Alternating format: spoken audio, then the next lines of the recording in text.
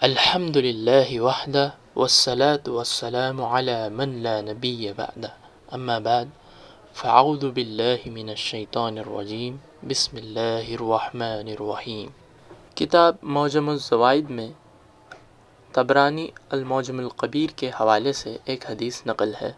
حدیث نمبر 9118، اور یہی حدیث مستدرک الحاکم میں کچھ زائد الفاظ کے ساتھ موجود ہے۔ المعجم الزوائد میں حدیث کچھ اس طرح ہے۔ آپ صلی اللہ علیہ وسلم نے فرمایا، ثلاثۃ لا یسأل عنہم، تین قسم کے ایسے لوگ ہیں جن سے سوال ہی نہیں کیا جائے گا، یعنی ان کے اعمال ہی ایسے ہوگے کہ انہیں ان کی صفائی دینے کا کوئی بہانہ یا کوئی حیلہ ہی پیش کرنے کا موقع ہی نہیں دیا جائے گا۔ نمبر 1، رجل فرق الجماعہ وعثى امامہ ومات عاصیا، وہ آدمی جو جماعت سے الگ ہو جائے اور اپنے حکمران کی یعنی اپنے امام کی نافرمانی کرے اور اسی نافرمانی میں مر جائے۔ یاد رہے یہاں پر جماعت سے مراد کوئی فرقہ نہیں ہے، یعنی آپ کو کوئی جماعت پکڑنی ہو، یہاں پر جماعت سے مراد مسلمانوں کی اجتماعیت ہے، وہ چاہے کوئی بھی نسل سے ہو، کوئی بھی فرقے سے ہو،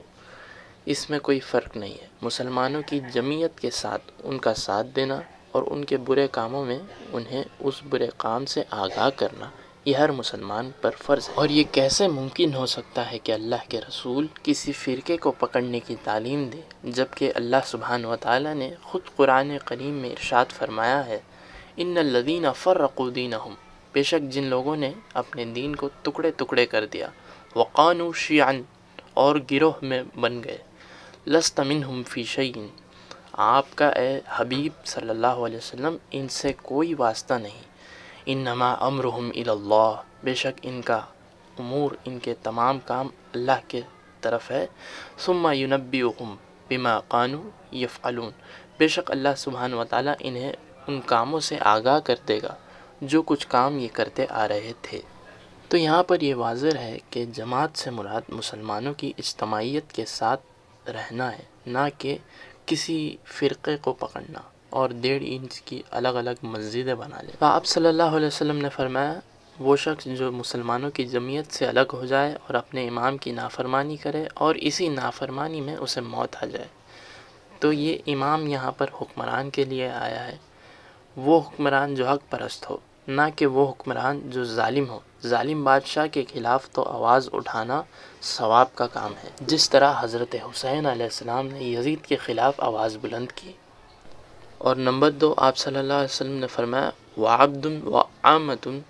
ابقى من سیدی، اور مستدرک الحاکم میں زائد الفاظ کے ساتھ یہ ہے کہ وہ اس حالت میں موت آ جائے، فماتا، یعنی وہ غلام یا وہ کنیز جو اپنے آقا سے بھاگ جائے اور اسی حالت میں اسے موت آ جائے۔ اور تیسرا، آپ صلی اللہ علیہ وسلم نے فرمایا، وَامْرَأَةٌ غَابَ عَنْهَا زَوْجُهَا وَقَدْ قَفَهَا مُعُونَةُ الدُّنْيَا فَتَبَرَّجَتْ بَعْدَهُ، وہ عورت جو اپنے شوہر کی غیر موجودگی میں، جبکہ اس کے شوہر نے اس کے لیے تمام چیزیں فراہم کی ہو، وہ سچ سور کے اس کے غیر موجودگی میں لوگوں کے سامنے اپنی زینت ظاہر کرے، تو ایسے لوگوں کے بارے میں آپ صلی اللہ علیہ وسلم نے فرمایا، فَلَا يُسْأَلُ عَنْهُمْ، کہ ایسے لوگوں سے سوال ہی نہیں کیا جائے گا۔ یہ جو تیسرے نمبر میں چیز ہے، آج کل کے دور میں بہت ہی عام ہو چکی ہے۔ اپنے شوہر کے غیر موجودگی میں عورت زینت اختیار کر کر لوگوں کے سامنے ظاہر ہوتی ہے۔ یہ آج کل شادی بیاہ کے موقع پر یہی چیز عام ہے، عورتیں سج سنور کر غیر محرم کے سامنے اپنی زینت ظاہر کرتی ہے اور اس میں کوئی گناہ سمجھتی ہی نہیں،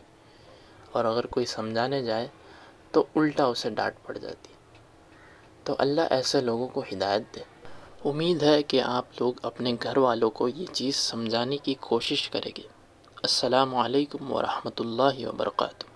وما علینا الا البلاغ المبین۔